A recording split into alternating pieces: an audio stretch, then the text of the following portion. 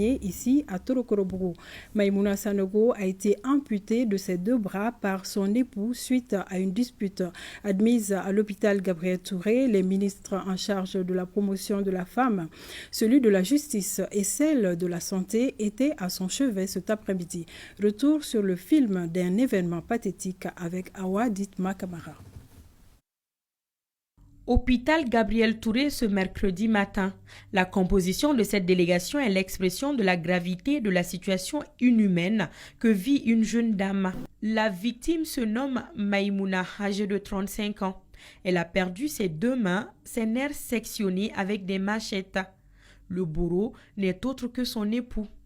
Cette scène abominable s'est déroulée le vendredi dernier entre 23h et minuit au quartier de Torokorobougou, en commune 5 du district de Bamako, après une dispute entre la bonne dame et le commanditeur de l'acte qui tourne au vinaigre.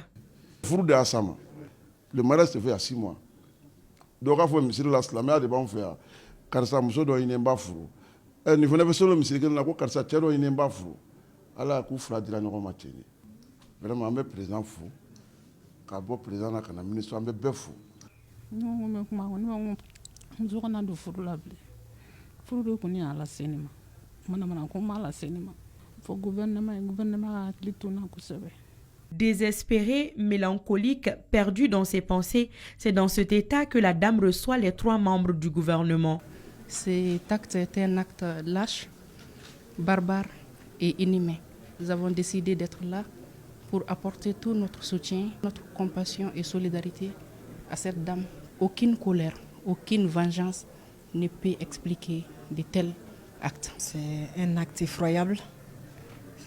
Je voudrais aussi féliciter tout le personnel de l'hôpital Gabriel Touré, toute l'équipe qui a pris en charge, les équipes de la promotion de la femme, tous les partenaires, tous ceux qui ont fait quelque chose pour pouvoir la sortir de là. La prise en charge se fait à hauteur de souhait et les médecins rassurent que son pronostic vital n'est pas engagé. Le cas de Maïmouna met sur orbite la nécessité de l'adoption d'une loi de protection contre les violences faites aux femmes. Nous allons demander à ce que les acteurs de justice accélèrent le traitement de ce dossier-là, que l'auteur de l'infraction puisse être sanctionné très rapidement et avec la dernière rigueur. Donc le cadre juridique par rapport aux violences basées sur les genres, donc il est en cours de renforcement. Donc des textes ont été élaborés et sont dans les circuits d'approbation.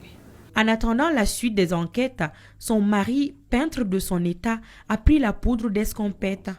Mais pour combien de temps ?